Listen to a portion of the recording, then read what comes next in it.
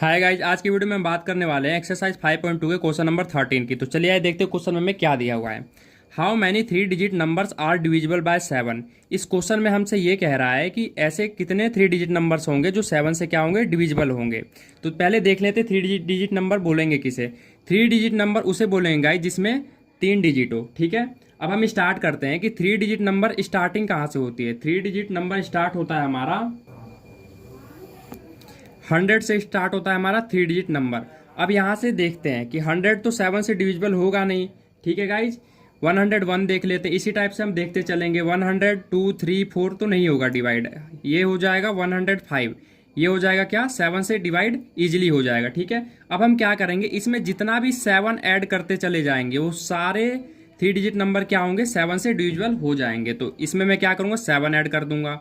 तो ये हमारे पास आ गया 112। ये भी 7 से डिवाइड हो जाएगा। इसमें फिर मैं 7 ऐड कर दूंगा तो ये भी 119। ये भी 7 से क्या हो जाएगा, डिवाइड हो जाएगा। एपी का सीक्वेंस बनाने के लिए हमारे पास आगे 3 डिजिट बहुत है। अब लास्ट में देख लेते हैं। अब लास्ट में जो 3 डिजिट नंबर होता है वो होता है 999। ठीक है गाइज, अब पीछे से देख लेते हैं। 999 तो जाएगा नहीं 7 से। ठीक है, अब 998 भी नहीं जाएगा। इस टाइप से देखते चलेंगे तो 994 हमारा क्या चला जाएगा, लास्ट में जाएंगे। तो यहाँ से देखेंगे कि हमारा 994 जो है वो डिविजिबल आराम से 7 से हो जाएगा। ठीक है, तो पीछे से अगर हम देखें 3 डिजिट नंबर में तो 994 डिविजिबल हो जाएगा 7 से, और आगे से देखें तो 105 में 7 प्लस करते चले जाएंगे तो सारा क्या हो जाएगा, 7 से डिविजिबल हो जाएगा। ठीक है, अब करते हैं इस क्वेश्चन को सॉल्व। सबसे पहले हम क्या करेंगे, यहाँ पे मैं लिख देता हूँ सॉल्यूशन, और इसका मैं क्या करूंगा, एपी का सीक्वेंस बना लूंगा। मैं यहाँ से बना लूंगा एपी का सीक्वेंस के। उसके बाद हम क्या करेंगे, 7 ऐड कर देंगे, 112 चला जाएगा, फिर 7 ऐड कर देंगे, ये चला जाएगा। ठीक है, अब हम क्या करेंगे, इसका सीक्वेंस मैंने बना लिया, और ये लास्ट टर्म में क्या हो जाएगा, 3 डिजिट नंबर में जो 7 से डिवाइड होगा वो हो जाएगा 994। ठीक है, अब हम क्या करेंगे, इसमें से हम ए, डी और ए एन की वैल्यू फाइंड आउट कर लेते हैं। ठीक है, और एन की वैल्यू हमें निकालनी है, क्योंकि यहाँ पे बोला गया how many 3 digit numbers are divisible by 7। क्योंकि यहाँ पे हमसे साफ साफ how many 3 digit numbers are divisible by 7, क्योंकि हमसे यहाँ साफ साफ पूछा गया है ऐसे कितने नंबर ऑफ टर्म्स होंगे जो 7 से डिविजिबल हो जाएगा 3 डिजिट नंबर्स में। ठीक है, तो आगे करते हैं इसे सॉल्व।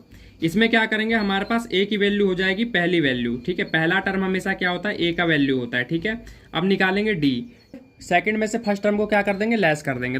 112 में से 105 को लेस कर देंगे तो हमारे पास क्या वैल्यू आ जाएगा, हमारे पास वैल्यू आ जाएगा 7। तो ये हमारा क्या हो गया, डी का वैल्यू हो गया। ठीक है, अब आगे चलते हैं। अब हम निकालेंगे यहाँ पे ए एन की वैल्यू। ए एन की वैल्यू हमेशा लास्ट टर्म वाली वैल्यू होती है। ठीक है, जिसे हमने लिख दिया 994। हमें निकालना क्या है, हमें निकालना है एन का वैल्यू। ठीक है, अब हम निकाल लेते हैं। इसके लिए हम क्या करेंगे, आप यहाँ पे देख सकते हैं ए दिया हुआ है, डी दिया हुआ है, ए एन भी दिया हुआ है, एन निकालना है। तो हम ए एन का फॉर्मूला यहाँ पे लगा सकते हैं। ए एन इक्वल में हो जाएगा ए प्लस एन माइनस 1 डी। ये फॉर्मूला हम यहाँ पे लगा सकते हैं। अब आप देख सकते हैं ए एन की वैल्यू कितनी दे रखी है, 994।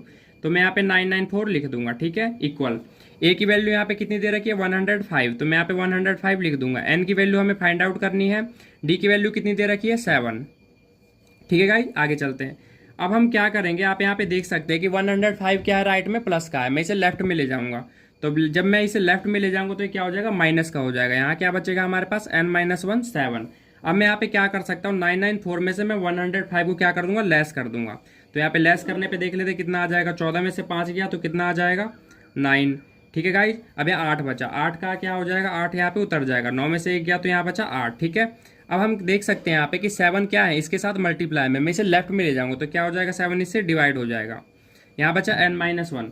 अब 8 8 9 7 से कितनी बार पे चला जाएगा, तो हम देख लेते हैं। 7 1 जा 7, एक इधर चला गया, 7 2 जा 14, 4 इधर चला गया, 49 कितने बार पे जाएगा, 7 से 7 बार पे जाएगा। तो हमारे पास कितने आ गया यहाँ पे, 127 127 आ गया। ठीक है, अब हम क्या करेंगे, जो माइनस का 1 है ना, इसको मैं लेफ्ट में ले जाऊंगा तो ये क्या हो जाएगा, प्लस का 1 हो जाएगा। तो मैं यहाँ पे लेफ्ट में ले जाऊंगा इसे।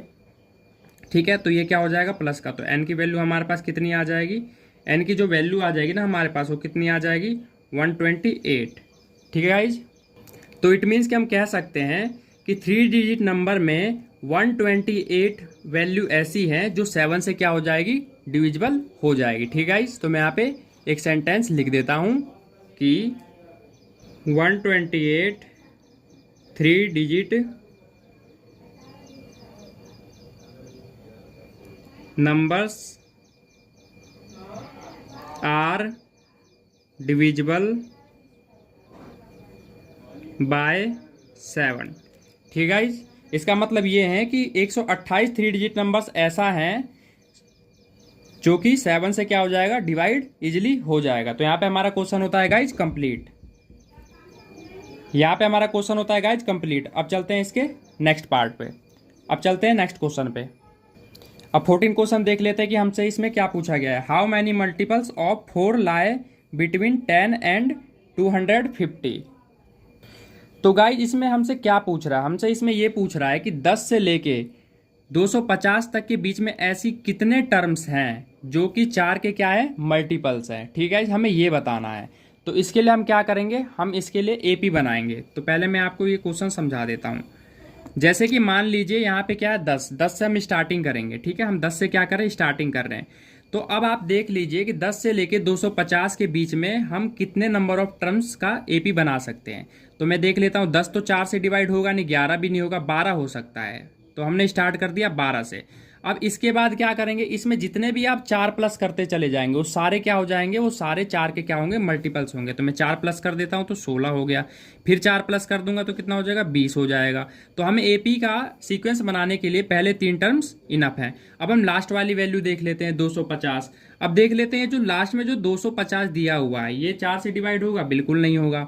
अब पीछे से स्टार्ट कर देते हैं इसे करना। 249 वो भी नहीं जाएगा 4 से, लेकिन जो 248 है, जो 248 है ये चला जाएगा 4 से। ठीक है गाइस, पीछे से वो क्या हो जाएगा 248, जो कि क्या होगा 4 से डिवाइड हो जाएगा। ठीक है गाइस, तो हमें एपी का सीक्वेंस बनाने के लिए कुछ टर्म्स मिल गए हैं। तो मैं यहाँ पे सीक्वेंस बना लेता हूँ।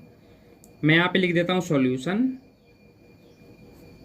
अब हम क्या करेंगे, एपी का सीक्वेंस बनाएंगे। तो देख लेते हैं कि एपी का सीक्वेंस बनाने के लिए हमने यहाँ पे कुछ टर्म्स निकाले हैं, 12, 16, 20।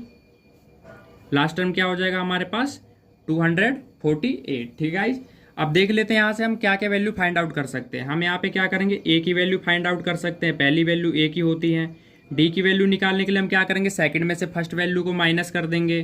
ठीक है गाइज, अब हम क्या करेंगे, 16 में से 12 जब लेस करेंगे तो हमारे पास कितना आ जाएगा, 4 आ जाएगा। ठीक है, अब हम ए एन की वैल्यू फाइंड आउट कर सकते हैं। लास्ट टर्म हमेशा हमारी किसकी होती है, ए एन की होती है। तो ये हमारे पास आ गया 248। हमें निकालना क्या है, एन की वैल्यू निकालना है, क्योंकि इसमें साफ साफ बोला गया how many multiples of 4 lie between 10 and 250, कि 10 से लेके 250 के बीच में ऐसे कितने नंबर ऑफ टर्म्स होंगे जो 4 से क्या होंगे, डिविजिबल होंगे, जो 4 के क्या होंगे, मल्टीपल्स होंगे। तो चलिए गाइज आगे चलते हैं।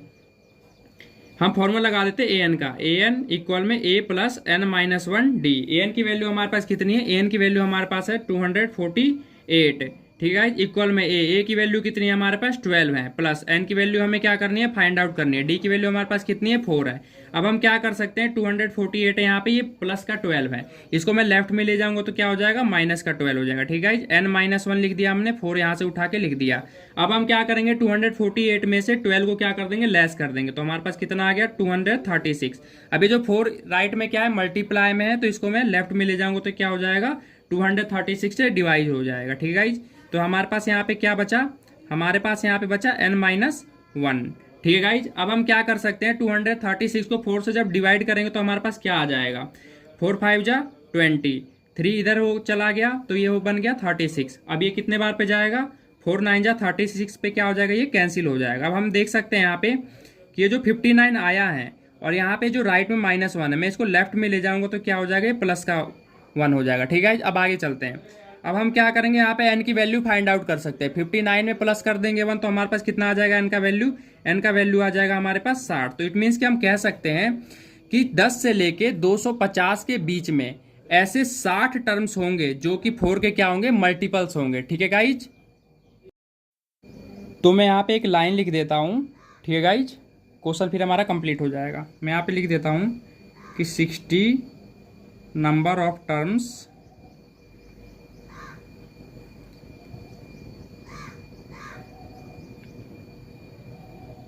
multiples of 4 lie between 10 and 250।